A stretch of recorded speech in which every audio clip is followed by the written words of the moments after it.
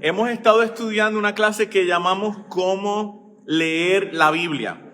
Y lo que hemos estado haciendo es que hemos estado familiarizándonos con algunos conceptos bíblicos para que a usted se le haga más fácil leer la Biblia. Obviamente para muchos de nosotros a veces leer la Biblia se siente como un reto, como que no le entiendo, intento leerlo pero no le hallo. Y el propósito de esta clase, la meta de esta clase, es de que usted se pueda continuar familiarizando con la Biblia de tal forma de que cuando la lea la pueda entender, se le haga un poquito más fácil. Hemos estado viendo que la Biblia tiene mucho, que es una colección de libros que fueron escritos por más de 40 autores, hombres y mujeres, y después a lo mejor podemos dar una clase más detallada acerca de eso. Que fue escrita en 3 continentes, en Europa, en Asia y en África. Estuvimos viendo de la Biblia también que, aunque son muchos libros escritos en un periodo de aproximadamente 1500 años, pudimos ver con claridad que tiene una sola historia, que es una historia que comienza en Génesis y termina en Apocalipsis, y que esa historia general sirve como un paraguas, como una sombrilla, como una cobertura. Y que bajo esa cobertura bíblica hay un montón de otras historias, y que todas las otras historias que aparecen en la Biblia las necesitamos explicar a la luz de la historia grande. ¿Ok? O sea que si explicamos una historia de la Biblia que contradice la historia grande de la Biblia, la estamos explicando mal. Estuvimos viendo eso el domingo pasado. También estuvimos hablando acerca de algunos puntos generales de la historia bíblica y los queremos repasar. Y la ilustración que usé fue la ilustración de los 3 árboles, ¿ok? Y la voy a repasar y les voy a contar una nueva ilustración, una nueva forma de cómo recordarnos de la historia grande de la Biblia antes de pasar al tema de la mañana de hoy. ¿Ok? Estuvimos hablando de que la historia de la Biblia se puede resumir en 3 árboles. El primer árbol es el árbol de la ciencia del bien y el mal, el árbol que está en el paraíso, el árbol que da vida, y el otro árbol que decía, no, que Dios le dijo a Adán y Eva, no pueden comer del fruto de este árbol. También dijimos que no era una manzana. No se le ocurra decir que Adán y Eva se comieron una manzana. Usted va a tener problemas serios conmigo. ¿Ok? Era un fruto, pero la Biblia no dice qué fruto era. Entonces, ese árbol era el árbol que estaba ahí para que el ser humano pudiera decidir, para que nosotros pudiéramos decidir si queremos vivir para Dios y hacer la voluntad de Dios, o si no queremos vivir para Dios y no queremos hacer la voluntad de Dios. Entonces, el árbol el que estaba en el jardín del Edén era un momento de decisión. Dios tenía que poner ese árbol en el jardín del Edén para que nosotros pudiésemos seguirlo por amor en vez de por obligación. ¿Verdad? Porque para seguir a alguien voluntariamente yo necesito tener la oportunidad de no seguirlo. ¿Verdad? Para amar a alguien voluntariamente yo tengo que tener la oportunidad de no amarlo. Era un momento de decisión para la humanidad. No solamente para Eva, sino también para Adán.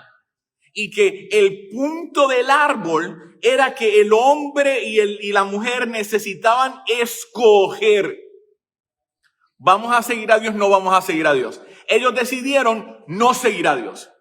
Deciden no seguir a Dios, y ahí comienza el aumento del pecado. ¿Y qué es el pecado entonces? El pecado es esta decisión constante del ser humano de escoger lo opuesto a Dios. Y esa decisión constante del ser humano de escoger lo opuesto a Dios se refleja en todas las áreas de la vida. ¿Ok? Se refleja en cómo pensamos, en cómo tratamos a la gente, en las decisiones que tomamos, en las cosas que invertimos. Y ese pecado comenzó a influenciar a la humanidad y comenzó a crecer y las cosas se comenzaron a empeorar. Y es en el momento más oscuro de la historia, es en el momento donde el pecado parecía que reinaba. Es el momento donde el pecado llegó a ser tan grande que llegó a reinar un imperio en el mundo que se llamaba el Imperio Romano, que eran más malos que, bueno. Y cuando el Imperio Romano estaba reinando, en el momento más oscuro de la historia, se nos aparece de repente, sin aviso, de la nada, el segundo árbol. Ahora, el segundo árbol no es el mismo tipo de árbol. El segundo árbol es la cruz de Jesús. Y la cruz de Jesús es ese nuevo momento, esa nueva oportunidad que Dios nos da para decir, escojan. Como en el árbol del jardín del Edén, Dios nos llamó a escoger. Ahora en la cruz, Dios nos vuelve a llamar a escoger. Y a mí me gusta la cruz por un detalle bien importante.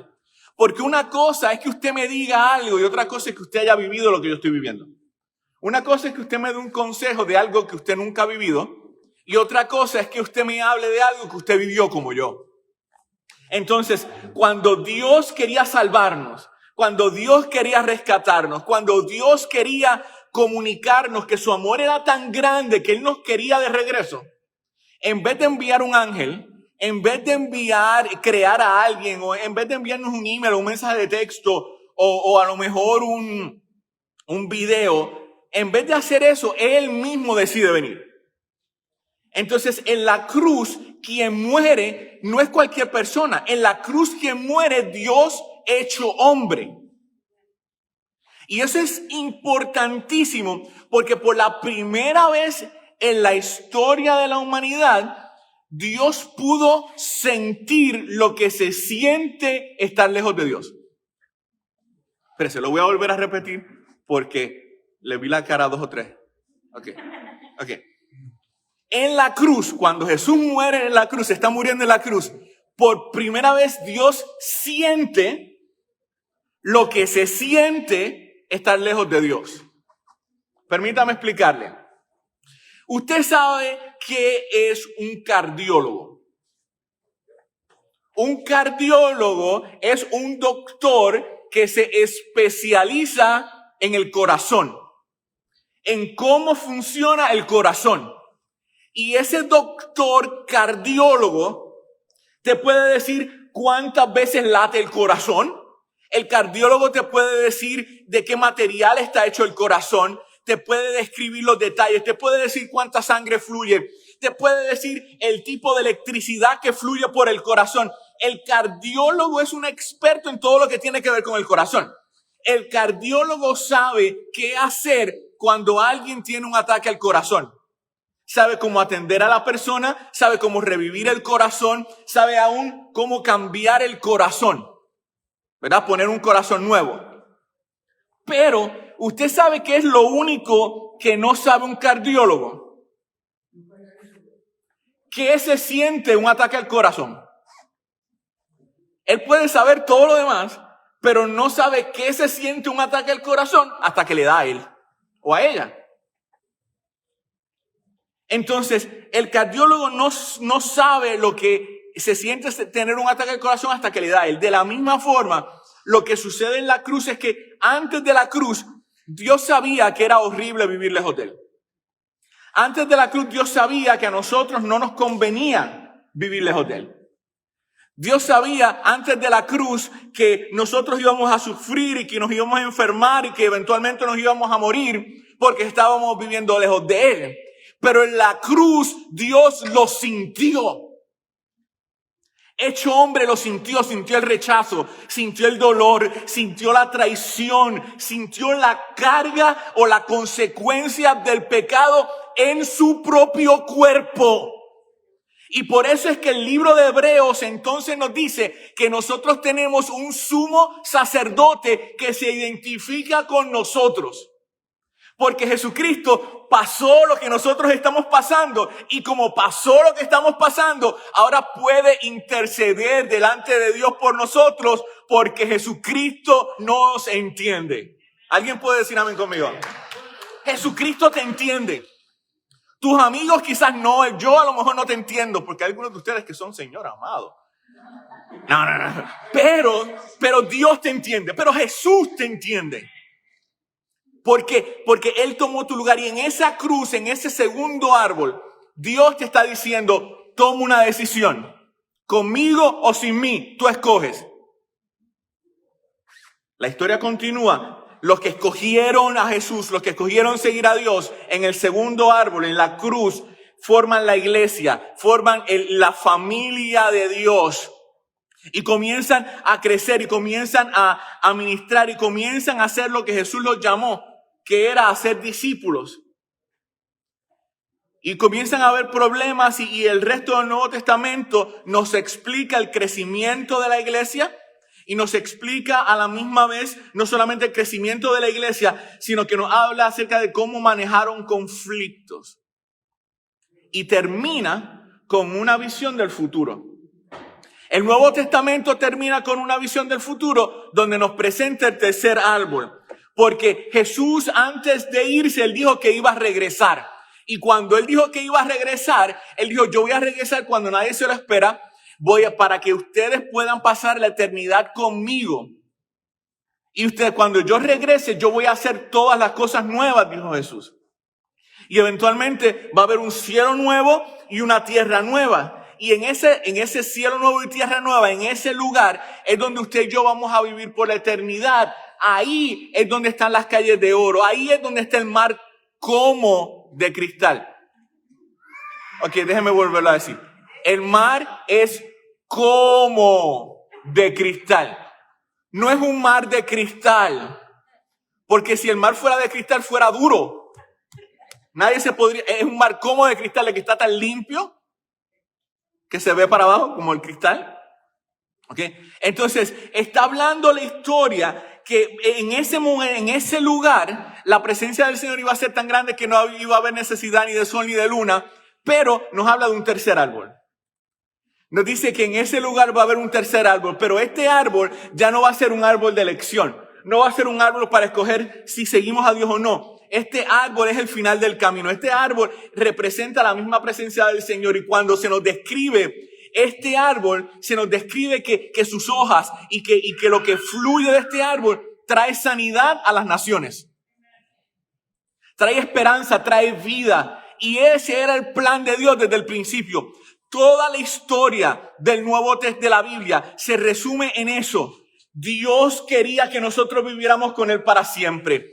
Nuestro pecado arruina el proceso y Dios es tan tenaz que busca una y otra vez el salvarnos hasta que al final lo logra.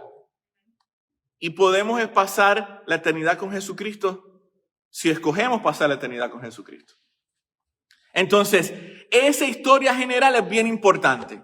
Ahora, esa es la historia general compartida desde los tres árboles. El árbol en el jardín del Edén, la cruz y el árbol en el cielo nuevo y la tierra nueva. Hay otra forma de ver la historia grande de la Biblia y se la voy a compartir brevemente y luego vamos a pasar al video de hoy porque la clase de hoy va a terminar el próximo domingo, ¿ok? Así que quiero que se fijen en este detalle. Vamos a hablar de la historia de la Biblia desde la perspectiva de dónde está la presencia de Dios. ¿De dónde está la presencia de Dios? Y si usted está tomando nota, ¿dónde está la presencia de Dios? La presencia de Dios, cuando comenzamos a leer la Biblia, ¿dónde aparece por primera vez? En el jardín del Edén, en la creación. El Espíritu de Dios se movía sobre la faz de las aguas y es Dios mismo que crea todo. Y en el jardín del Edén, Adán y Eva podían hacer algo bien interesante. En el jardín del Edén, Adán y Eva podían caminar con Dios, podían hablar con Dios como quien habla con un amigo. La presencia de Dios estaba en el jardín del Edén con Adán y Eva. Dios estaba ahí. Ese era el lugar de encuentro. El jardín era el lugar ideal porque el jardín era el lugar que Dios había creado para conectarse, para relacionarse con los seres humanos. Entonces, cuando el ser humano peca, ¿qué es lo que sucede? Cuando nosotros escogemos no vivir para Dios, ¿qué es lo que sucede? Nos corren, nos echan, nos botan del jardín del Edén. ¿Por qué? porque entonces ya no vamos a tener el mismo acceso a la presencia de Dios. Entonces, después de eso, Dios se aparecía a gente. Después de eso, en un lugar aquí, en un lugar allá, Dios se les revelaba a alguien. Y nosotros vemos a Abraham que cuando se encontraba con Dios hacía un altar. O nos vemos a Jacob que se encontró con Dios en un lugar y agarró aceite y se lo echó a una piedra. Porque recordando que aquí me encontré con Dios, que aquí se me apareció Dios. Pero eran lugares esporádicos, era como que no sabemos exactamente en dónde nos los vamos a encontrar, pero en algún momento Dios se nos va a ir apareciendo. Hasta que llegamos con el Señor Moisés. Y Moisés, usted sabe toda la historia, no voy a entrar en detalles, pero cuando él está de pastor de ovejas y se encuentra un árbol que está encendido en llamas, pero que el árbol no se está consumiendo por las llamas, que no se está haciendo ceniza, sino que está nada más que ardiendo. En ese lugar Dios le habla. Y por primera vez Dios le dice algo bien interesante. Oye, Moisés, qué bueno que te estás acercando, pero quítate los zapatos. ¿Por qué? Porque el lugar donde tú estás pisando es ¿qué? Es santo. Quítate los zapatos. Bueno, eran sandalias, pero el zapato es más. Quítate los zapatos porque el lugar donde estás pisando es santo. En otras palabras, en esta montaña donde está este árbol, este es el lugar de encuentro. Este es el lugar donde mi presencia se va a manifestar. Y después Moisés saca al pueblo de Israel de Egipto y terminan en la misma montaña nuevamente. Terminan en la montaña. ¿Por qué? Porque la montaña era el lugar donde se manifestaba la presencia de Dios. En esa montaña es donde se le da las tablas de la ley. Ahí es donde se le entrega a Moisés la ley. En este lugar de encuentro. Pero el problema era que Dios le había dicho al pueblo de Israel, ustedes van para la tierra prometida y van de camino. Entonces, ¿cómo nos llevamos la presencia de Dios que está en la montaña? Por eso es que Moisés le dice al Señor, yo dirijo al pueblo, pero si tú no vas conmigo, yo no voy.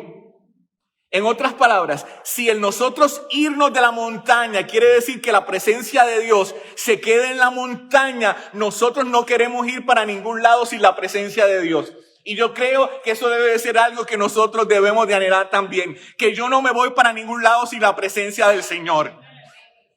Que yo quiero que el Señor sea el que me dirija, que la presencia de Dios sea la que me dirija.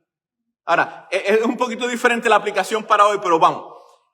¿Qué sucede? Que entonces ahí es donde Dios le dice a Moisés, bueno Moisés, lo que vas a hacer es que vas a crear un tabernáculo. Vamos, tabernáculo. Es una palabra muy bonita para que usted se la ponga a su hijo. De nombre, era tabernáculo. Entonces, ese tabernáculo era como una tienda de campaña donde el pueblo de Israel iba a poder adorar a Dios y donde Dios se iba a encontrar con el pueblo de Israel en el tabernáculo. Iba a ser el lugar de encuentro. Y ese tabernáculo era genial porque era movible, lo podían mover. Ellos se lo llevaban de un lugar a otro donde les convenía, porque el tabernáculo era el lugar donde el pueblo se encontraba con Dios en donde estuvieran. El pueblo iba de un lugar a otro y la presencia de Dios iba con ellos, porque el lugar donde se manifestaba la presencia de Dios, el tabernáculo iba con ellos. Ahora, después de todo esto, todo es bien bonito, el tabernáculo dura por muchísimos años y de repente comienza a ocurrir algo, que todo el mundo tenía casas. Y las casas en el tiempo del Israel antiguo no eran como las casas de ahorita. Las casas de nosotros son hechas de madera.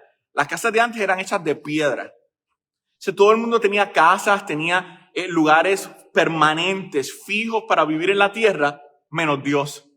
Dios todavía tenía el mismo tabernáculo, la misma tienda de campaña en la que llevaba viviendo, porque sabemos que Dios es mucho más grande que eso, ¿verdad? En la que llevaba viviendo, en donde llevaba manifestándose desde que estaban en el desierto. Y ahí es donde David dice, pues yo quiero que Dios tenga una casa permanente. Y Dios le dice, estoy de acuerdo contigo, pero tú no tu hijo. Entonces Salomón manda a construir el templo. ¿Y qué es lo que sucede cuando terminan de construir el templo y lo comienzan a dedicar? La Biblia dice que la nube del Señor, la Shekinah del Señor, ¿verdad? La presencia misma del Señor entra al templo como si fuera una nube. ¿Por qué esto era importante? Porque cuando el pueblo de Israel salió de Egipto, iba a la tierra prometida, están caminando por el desierto y hacía un solezazo, la presencia del Señor iba delante de ellos en forma de una nube que les daba sombra, que los dirigía. Entonces, cuando se manifiesta, cuando se establece el templo, cuando se inaugura el templo, la presencia del Señor que andaba con nosotros en el desierto, el mismo Dios que nos trajo a la tierra prometida, el mismo Dios que nos sacó de Egipto, ahora ese mismo Dios está viviendo en el templo que le acabamos de construir. Y decían que la presencia del Señor era tan real y tan poderosa que ni los sacerdotes podían ministrar. Entonces ahora el edificio se vuelve el lugar de encuentro. En medio de la ciudad había un edificio, un templo, donde el pueblo de Israel iba a poder experimentar la presencia de Dios. Pero Israel era como nosotros, medio terco, y comenzaron a pecar. Y Dios les decía, dejen de pecar, y ellos seguían. Y Él les dice, si no dejan de pecar, yo me voy, y ellos seguían. Si no dejan de pecar, yo me voy, y ellos seguían. Porque ellos pensaban que lo que tenía poder era el templo. Entonces, ellos creían y esto es una palabra de domingo, pero hoy es domingo, así que la voy a decir. Ellos creían en la infalibilidad de Sión. La infalibilidad de Sión. ¿Qué quiere decir eso? Lo que eso quiere decir es que ellos creían que después que el templo estuviera en el monte de Sión, que era donde estaba el templo, que después que el templo estuviera en Jerusalén, nadie iba a poder conquistar a Jerusalén. Nadie iba a poder destruir a Jerusalén porque el templo del Señor estaba en ese lugar. Entonces ellos comenzaron a decir, como el templo del Señor está aquí con nosotros, ¿qué importa lo que nosotros hagamos? Vamos a pecar, vamos a hacer lo que nosotros queramos. No tenemos que vivir para Dios después que no nos mudemos de la ciudad. Porque si estamos en la ciudad, si estamos en el templo, no nos va a pasar nada. Y Dios les dice, me voy a ir, no le hacen caso. Entonces Dios permite que llegue un ejército, el ejército de Babilonia, y destruye el templo. Entonces es bien interesante porque cuando se destruye el templo, el profeta dice que la presencia del Señor se levanta. La misma presencia del Señor que bajó cuando inauguraron el templo, la misma presencia del Señor se levanta y se movió al este. Se fue. Entonces, en Babilonia están todos tristes, están todos agüitados y los que eran bien pobres, que estaban a las orillas de un río, es los que están con Ezequiel. Y ahí es donde llega la profecía esa famosa del Valle de los Huesos Secos. ¿Usted la ha escuchado? Que le dice, ¿por qué los valles eran de huesos secos? Pues porque nos destruyeron el templo, ya no hay esperanza, ya no tenemos un lugar para encontrarnos con Dios, la presencia del Señor nos abandonó, ¿qué vamos a hacer ahorita? Y Dios le dice, no, todavía hay esperanza. Profetiza y dile a esos huesos secos que van a vivir, que los huesos van a revivir, que el templo se va a reconstruir, que todavía hay esperanza, dile. Entonces, Dios utiliza a un rey pagano porque Dios utiliza reyes paganos. Y de repente, Dios le dice al pueblo de Israel, ustedes pueden regresar a Jerusalén. Y ellos regresan a Jerusalén, reconstruyen el templo. ¿Qué sucede? Que reconstruyen el templo, pero no era exactamente igual. Yo no sé si a usted le ha pasado que cuando uno piensa en las cosas de antes, uno tiene como que una idea distinta a como realmente eran. Cuando uno vivía en el pueblo de uno estaba loco por irse. Ay, yo no veo el día en que me vaya, me voy a mudar, Entonces, ahora que uno está lejos, uno dice, ay, qué bonito era mi pueblo. Qué lindo era mi rancho. Yo extraño las comidas allá en el comal, en la hoguera afuera. Y cuando estabas allá no querías cocinar. ¿Por qué es lo que sucede? Porque lo que pasa es que nadie habla del pasado con sabiduría. nosotros tendemos a idealizar el pasado. Entonces, el pueblo de Israel ahora tienen el templo de regreso. Dios le cumple la promesa que les da el templo de nuevo. Y cuando ellos están mirando el templo dicen, no es tan bonito como el de antes. Templo más feo. Y ahí es donde Dios le dice, no se equivoquen, porque la gloria postrera de este templo va a ser mayor que la primera. Dios le dice, no se equivoquen, porque en este templo la presencia del Señor va a estar mucho más real que la presencia del Señor que estuvo en el templo de Salomón cuando la nube se bajó. ¿Y cuándo se cumple eso? Entonces, eso se cumple cuando la presencia del Señor se deja de manifestar en el templo y se comienza a manifestar en una persona. Se llega un momento donde ya la presencia del Señor no se manifiesta en el templo físico y se manifiesta en una persona. ¿En la persona de quién? De Jesucristo. Entonces ahora no es la presencia de Dios que se manifiesta en el templo. Ahora el templo es el cuerpo de Jesucristo. Es Dios hecho hombre. Ese es Emmanuel, es Dios con nosotros. Entonces, por eso es que la gente antes iba al templo a buscar sanidad, iba al templo a orar, y ahora Jesús dice, no, es que el templo soy yo. Y él dice, van a destruir este templo y lo van a reconstruir en 3 días, hablando de su resurrección. Pero la gente pensaba que era del templo físico, y él decía, no se equivoquen. Ya no hay necesidad del edificio porque Jesucristo está aquí, porque Dios mismo está contigo. Ahora, nosotros sabemos lo que le pasa a Jesús, que Él entrega su vida, resucita y se va al cielo. Entonces, cuando Jesús se va al cielo, ¿dónde se queda la presencia de Dios? ¿Dónde nos encontramos con Dios? Después que Jesús asciende al cielo, ¿dónde vive la presencia de Dios? En nosotros. Entonces, usted no me venga a decir que voy a la casa del Señor. Usted es la casa del Señor. Vamos, ¿verdad? El Espíritu Santo es el lugar ahora donde tu cuerpo es el lugar donde el Espíritu Santo mora. En la congregación de los santos, cuando estamos todos juntos, aquí es donde el Espíritu Santo se manifiesta. Porque pasó del templo a Jesús y de Jesús a nosotros. ¿Me va siguiendo? Entonces, y se queda con nosotros hasta el arrebatamiento. Entonces, de de Dios estar con nosotros, pasamos a nosotros estar con Dios. ¿Usted entiende la diferencia? Hoy en día es como que yo estoy en mi casa y me vienen a visitar. Pero cuando el Señor Jesús regrese, es como que yo lo voy a ir a visitar a Él. Es que yo voy a estar con Él. Entonces, por eso es que el último lugar que se nos presenta en la Biblia, donde aparece la presencia del Señor, es en el cielo nuevo y la tierra nueva.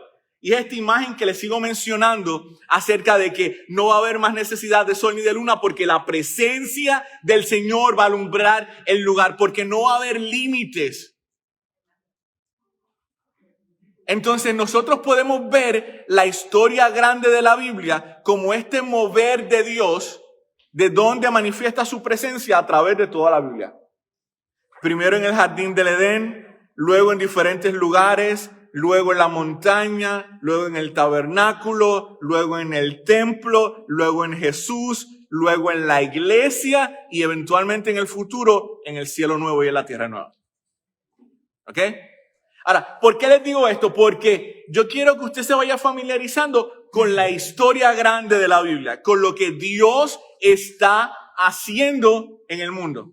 Y que el deseo de Dios es que nosotros podamos experimentar la misma presencia de Dios que Él quería que nosotros experimentáramos desde el principio. O sea, que Él está restaurando todas las cosas y haciendo todas las cosas nuevas.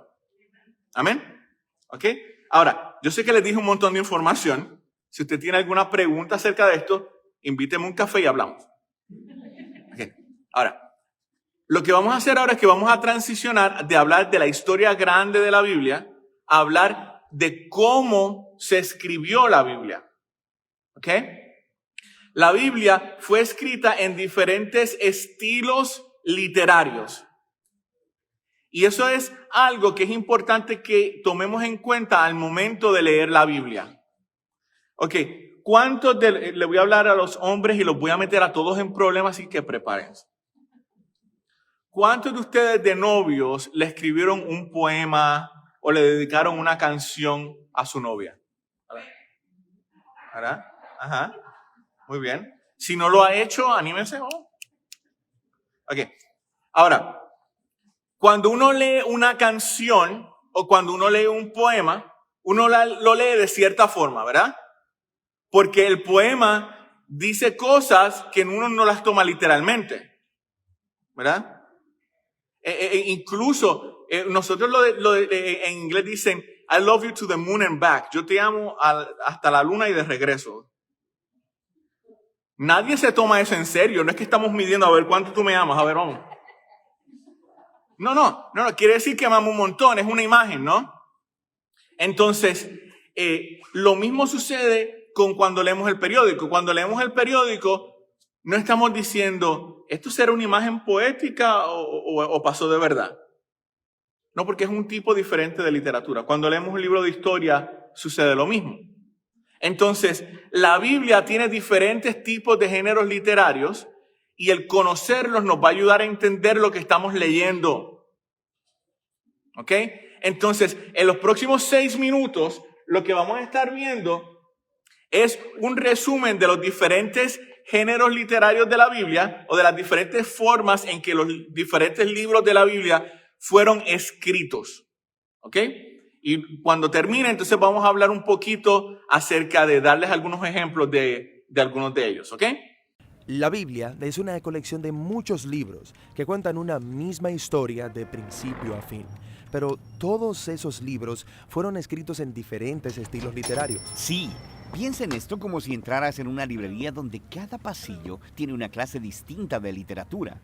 Tenemos historia o poesía o narrativa y cuando eliges un pasillo y tomas un libro, vas a tener expectativas muy diferentes. Buscarás cosas diferentes. Cierto, todos los libros son literatura, pero comunican de maneras muy diferentes. Sí, y es lo mismo con respecto a la Biblia. Si no prestas atención al estilo en el que están escritos, te perderás el esplendor de cada libro. Entonces, ¿cuáles son los principales tipos de literatura en la Biblia? Bueno, primero que nada tenemos la narración. Compone nada menos que el 43% de la Biblia. Después de eso tenemos la poesía, que compone el 33% de la Biblia. Y luego tenemos lo que podrías llamar discurso en prosa, que compone el 24% restante. Casi la mitad de la Biblia es narración. Sí, y esto no es un accidente. Las historias son la forma más universal de comunicación humana.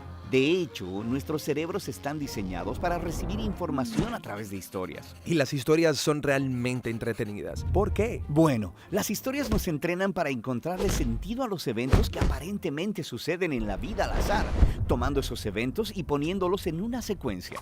Y luego, cuando están juntos, puedes empezar a ver el significado y el propósito de todo. ¿Y qué es lo que une todo esto? Bueno, las buenas historias siempre tienen un personaje que quiere algo y luego, a través de estos personajes, el autor puede explorar las grandes preguntas de la vida, como quiénes somos y qué es lo que verdaderamente importa en la vida. Y una buena historia siempre involucra alguna clase de conflicto. Algún reto que superar, justo como en nuestras propias vidas. Y eso nos obliga a pensar en nuestros propios retos, en por qué hay tanto dolor o decepción en el mundo y qué podemos hacer al respecto. Y las historias usualmente terminan con alguna clase de resolución que nos da esperanza para nuestras propias historias. Ya que estas son historias bíblicas, ¿me muestran los personajes cómo debo vivir? Pues ese no es el punto. La mayoría de los personajes de la Biblia tienen defectos muy profundos. No debería ser como ellos, pero sí debemos vernos a nosotros mismos en ellos, lo que nos ayuda a ver nuestras vidas y nuestros defectos desde una nueva perspectiva. Y sin que te des cuenta, estas historias comenzarán a afectarte y cambiarán la manera en que ves el mundo, a otras personas y a ti mismo. Ahora, hay diferentes tipos de narrativa en la Biblia. Sí, tenemos la narrativa histórica, pero también las parábolas narrativas y las narrativas biográficas cortas, como los 4 evangelios. Los examinaremos en otros videos más adelante. Ok, después tenemos la poesía. que honestamente no leo mucho. Sí, como la mayoría de las personas, pero uno de cada 3 capítulos en la Biblia es poesía. Sí, ¿por qué tanta poesía? Bueno, los poemas hablan principalmente a través de un denso lenguaje creativo, uniendo imágenes para ayudarnos a visualizar el mundo de manera diferente. Los poemas usan mucha metáfora para evocar tus emociones y tu imaginación. Mucho lenguaje elegante, pero ¿no sería más fácil simplemente decirme lo que necesito saber? Bueno, piénsalo. En la vida tendemos a formarnos rutas mentales y pensamos mediante estos caminos familiares que son muy difíciles de escapar a través de la lógica o el razonamiento. Y lo que hace la poesía es obligarnos a salir del camino que nos es familiar hacia un nuevo territorio. Es astuto. Y hay diferentes tipos de poesía en la Biblia. Hay muchas clases de canciones o salmos. Después tenemos la poesía reflexiva de los libros de sabiduría. Y luego tenemos la resistencia apasionada de los profetas. Ok, el último gran tipo literario es el discurso en prosa, que compone un cuarto de la Biblia. Sí, estos son discursos, cartas o ensayos. Y el enfoque aquí es construir una secuencia de ideas o pensamientos en un argumento lineal que requiere una respuesta lógica, como, hey, ¿has pensado acerca de esto? También deberías considerar cómo se conecta con esto otro. Y si haces esto, entonces verás que esto es el resultado y a la luz de esa conclusión, por tanto, probablemente debes dejar de hacer eso para que esto otro sea el resultado. Así que me estás persuadiendo con razonamiento. Sí, el discurso te obliga a pensar lógica y consistentemente y luego a hacer algo al respecto. El discurso bíblico se encuentra en los conjuntos de leyes, en la literatura de sabiduría y en las cartas escritas por los apóstoles. Está bien. Entonces cada libro de la Biblia tiene un estilo literario. No, de hecho, la mayoría de los libros tienen un estilo literario primario, como narrativa, por ejemplo. Pero luego, incrustado en la narrativa, encontrarás poemas, parábolas o una colección de leyes. Todo libro bíblico tiene una combinación propia de estilos literarios. Y para leer bien ese libro necesitas estar familiarizado con cada tipo de literatura y cómo funcionan. Sí, así que sabrás a qué ponerle atención y qué preguntas hacer. Pero antes de que veamos cada tipo, hay una característica más unificadora de la literatura bíblica que es realmente importante y realmente genial. Y eso es lo que exploraremos próximamente.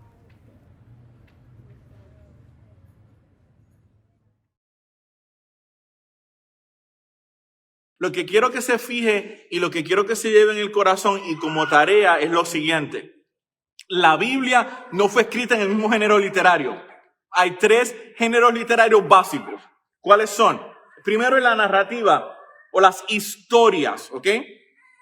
El segundo es la poesía y el tercero es el discurso lógico, es la enseñanza, ¿verdad? Un discurso escrito para que fuera entendido como una clase, por decirlo así. Entonces, esos 3 tipos de géneros literarios se aparecen a través de toda la Biblia. A través de toda la Biblia aparecen en diferentes lugares y van a cambiar la forma en que nosotros explicamos o la forma en que nosotros entendemos la Biblia. ¿Ok? ¿Por qué? Porque cuando yo voy a leer una historia, no la voy a explicar de la misma forma que explico un poema. Y cuando explico un poema, no lo voy a explicar de la misma forma que hablo de un discurso. ¿Ok? Son diferentes. Y usted lo va a ver bien claro en diferentes partes. Ahora, aunque voy a entrar de lleno en esto el próximo domingo, se lo estoy presentando hoy porque es medio complicado. Y quiero darle un poquito de tiempo para que lo pueda ir pensando. Y esto es lo que lo voy a animar. El video decía que estos 3 tipos de géneros literarios, narrativa, poesía y el discurso, aparecen en diferentes libros y que hay libros que pueden tener los 3 dentro del mismo libro. Pero normalmente hay un estilo literario que es el que domina, que es el principal. Yo les voy a dar algunos ejemplos de algunos de ellos, de dónde caen diferentes libros de la Biblia. Pero lo que yo quiero animarlo es que en los próximos días usted se tome un tiempito para pensar y agarre su Biblia y comience a ver este libro en dónde cae.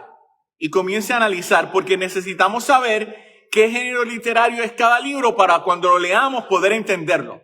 Entonces, ¿por qué les estamos hablando de esto? Aunque suena complicado, porque al momento de que vayamos a leer la Biblia, se nos va a hacer mucho más fácil entenderla si entendemos cuál es el género literario que estamos leyendo.